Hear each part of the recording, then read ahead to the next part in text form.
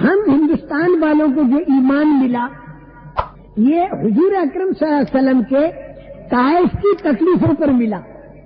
طائف میں جو حضور اکرم صلی اللہ علیہ وسلم نے تکلیفیں اٹھائیں اور ظاہری جو ترتیب تھی وہ آگے پیچھے کر دی اور خود تکلیفیں اٹھائیں. آپ کو پتھر مارے گئے, بے ہوش ہو گئے.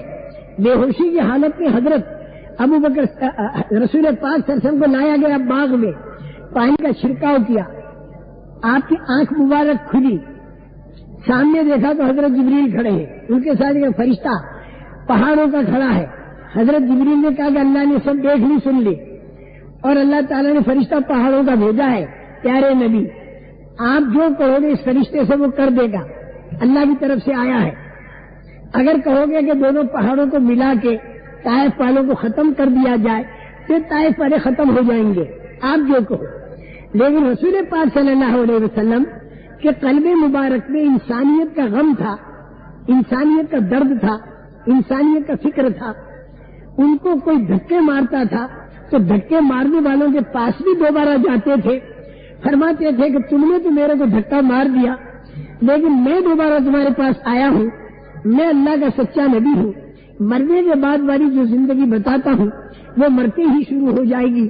تم نے تو میرے کو دھکے مار دیے لیکن میں دوبارہ تمہارے پاس آیا ہوں تاکہ میری بات کو اگر تم مان لو تو فرشتے تمہیں دھکے نہ مارے قیامت میں اور قبر میں.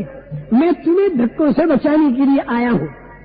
میرے محترم دوستو, اس کے باوجود جب لوگ آپ کو دھکے مار رہے ہوں, پتھر مار رہے ہوں, اللہ کی طرف سے آفر ہو رہا ہے تو اللہ کے نبی اللہ کے عذاب کو رکوا رہے ہیں. اے میرے اللہ تو عذاب کو روک دے. یہ نہیں مانتے تو ہو سکتا ہے ان کی اولاد مانے. ایک طرف تو عذاب رکوایا جا رہا ہے اور جن لوگوں کے اوپر سے عذاب رکوایا جا رہا ہے ان کو جب سمجھانے جاتے ہیں تو وہ پتھر مار کے بے ہوش کرتے ہیں. اس بے ہوشی کے بعد جب عتبہ کے باغ میں آپ نے جو دعا مانگی اور اس کے علاوہ بھی جو دعائیں مانگی تنہائیوں کے اندر, وہ کس قدر یعنی رقت آمیز دعائیں اور کتنی درد بھری وہ دعائیں ہوں گی اس انسانیت کے غم میں.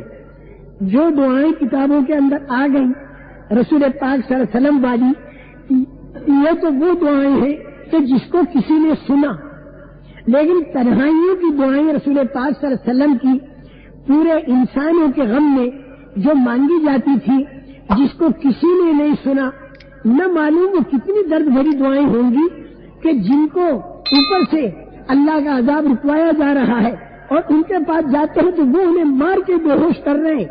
اس وقت میں جو دعائیں آپ مانگتے ہوں گے وہ دعائیں کتنی درد بھری دعائیں ہوں گی جس کو ہم سمجھ بھی نہیں سکتے. میرے محترم دوستو, رسول پاک صلی اللہ علیہ وسلم کو مارنے والے اور دھکا دینے والے ان پر ہمیں غم اور صدمہ ہے, لیکن ہمیں غم اور صدمہ اس بات کا بھی ہونا چاہیے کہ جس پاکیزہ طریقے کے لیے آپ نے دھکے کھائے اور جس پاکیزہ دین کے لیے آپ نے دھکے کھائے, آج اس مسلمان کے گھر سے حضور کا طریقہ اور حضور کا دین دھکے کھا رہا ہے, اور کاروبار سے بھی اور شادیوں سے بھی. یہ زیادہ درد بھری چیز ہے کہ وہ تو ظالم دشمن تھے, ان دشمنوں نے اللہ کے نبی کو دھکے مارے اور آپ نے دھکے کھائے اپنے پاکیزہ طریقے کو چالو کرنے. جس پاکیزہ طریقے اور جس پاکیزہ دین کے چالو کرنے آپ نے دھکے کھائے, وہ پاکیزہ طریقہ اور پاکیزہ دین کلمہ پڑھنے والے کے گھر سے دھکا کھا رہا ہو, کاروبار سے دھکا کھا رہا ہو اور اس کی شادیوں سے دھکے کھا رہا ہو, یہ اس سے زیادہ درد بھری چیز ہے.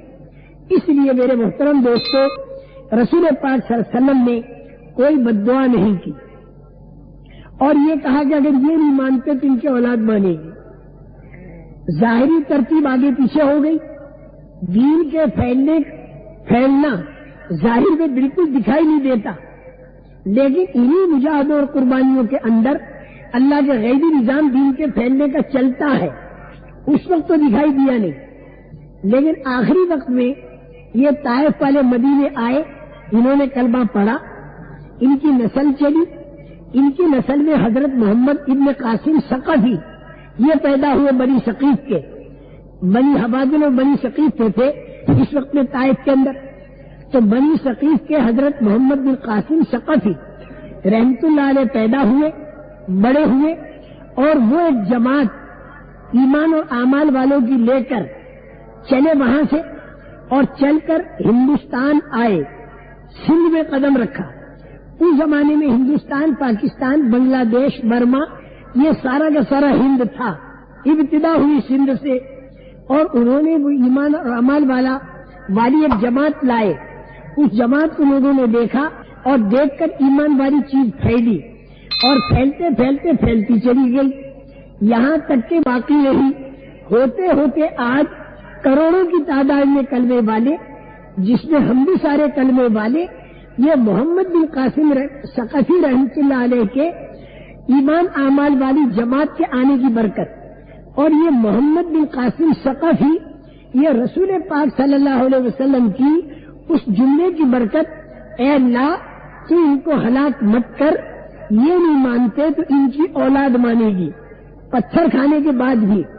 تو دیکھیے اولاد میں ایک آدمی ایسا پیدا ہوا کہ اس کی وجہ سے ہم کروڑوں کو ایمان ملا۔ آپ میری بات کو سمجھے کیا کہہ رہا ہوں؟ تمہاری جماعتوں کے پھرنے میں ظاہر کے اندر اگر کچھ ہوتا دکھائی نہ بھی دے، لیکن پھر بھی آپ حضرات کام کرتے رہے، اللہ پاک نے اسی کے اندر دین کے پھیلانے کی اور امن و امان کے لانے کی اور دنیا میں برکتوں کے ڈالنے کی، رحمتوں کے اتارنے کی، دین کے پھیلنے کی غیبی ترتیبوں کو اندر ہی اندر چھپا رکھا ہے۔ بعض مرتبہ ہماری موجودگی میں وہ ترتیب سامنے آتی ہے، اور بعض مرتبہ غیر موجودگی میں وہ ترتیب سامنے آتی ہے۔ اس بنا پر گھبرانے کی ضرورت نہیں کہ اتنے سالوں سے مکانی کام میں کر رہا، لیکن صاحب کوئی سنتا ہی نہیں، میں فلاں ملک میں گیا لیکن وہاں تو کسی نے سنا ہی نہیں۔ اس کی بالکل پرواہ نہ کریں۔ نوح علیہ السلام نے 950 سال تک محنت کی، بات کے ماننے والے صرف 80 آدمی نکلے 950 سال میں، تقریباً 12 سال میں ایک نے مانی، پھر بھی کرتے رہے، لیکن ان 80 کی نسل قیامت تک یہ چلی، اس میں نہ معلوم کتنے اللہ کی بات ماننے والے بنے۔ اس بنا پر میں نے پھر وہی 3 باتیں آپ کو دوہرا دوں۔ صحابہ کمزور تھے، کم طاقت تھے، کم تعداد تھے، لیکن انہوں نے اپنی ظاہری ترتیب قربان کر کے اللہ کے حکم کو پورا کیا، تو اللہ نے غیبی تینوں دروازے کھولے، پریشانیوں کے ختم ہونے کے، قیصر کسریٰ والے بھی دوسرے بھی، ضرورتوں کے پورا ہونے کے اور اللہ کے دین کے پھیلنے کے۔ وَاذْكُرُوا إِذْ أَنْتُمْ قَلِيلٌ مُسْتَضْعَفُونَ فِي الْأَرْضِ تَخَافُونَ أَنْ يَتَخَطَّفَكُمُ النَّاسُ فَآوَاكُمْ وَأَيَّدَكُمْ بِنَصْرِهِ وَرَزَقَكُمْ مِنَ الطَّيِّبَاتِ لَعَلَّكُمْ تَشْكُرُونَ۔ اللہ صحابہ کو یہی بات یاد دلاتے ہیں۔ میں نے بنی اسرائیل کی بات سنائی، صحابہ کی سنائی،